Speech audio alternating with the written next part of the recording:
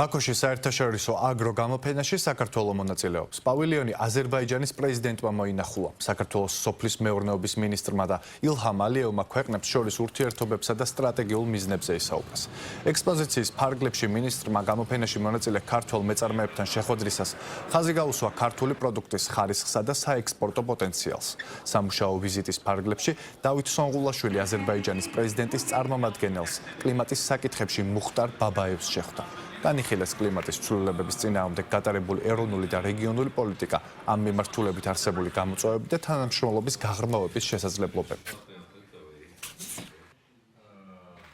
ძალიან მნიშვნელოვანი გამოფენა არის, მონაწილეობენ ქართული კომპანიები, საქართველოსთან ბრძანდებოდა აზერბაიჯანის პრეზიდენტი, რისთვისაც დიდი მადლობა მინდა გადავუხადო, ეს კიდევ ერთხელ ხაზს უსვავს აზერბაიჯანის და საქართველოს მეგობრობას, კიდევ ერთხელ ხაზს უსვავს აზერბაიჯანის და საქართველოს სტრატეგიულ პარტნიორობას.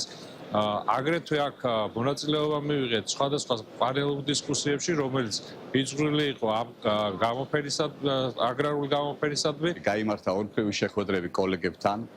ასევე ვიზიტის ფარგლებში ჩვენ მქონდა საშუალება დაგვეთვალიერებია პავილიონი, მოგვენახულა კომპანიების წარმომადგენლები, ასევე გავეცანით ადგილზე ქართულ პროდუქციას. ინტერესი საკმაოდ მაღალია, ძალიან ბევრი წარმომადგენელი აზერბაიჯანის ბიზნესის დღეს იმყოფება აქ და დარწმუნებული ვარ, ძალიან ბევრი საქმიანი კონტაქტები დამყარდება, რაც ხელს შეუწყობს ორმხრივი სავაჭრო ბრუნვის გაზრდას. ძალიან მნიშვნელოვანია სახელმწიფოს ჩართულობა, რადგან მცირე მეწარმეებს ზუსტად გჭირდება, რომ დაგვეხმაროთ და გზა გვიჩვენოთ თუ როგორ მოხდეთ სხვადასხვა გამოფენებზე და წარმოადგინოთ ფართო აუდიტორიის წინაშე ჩვენი პროდუქტი.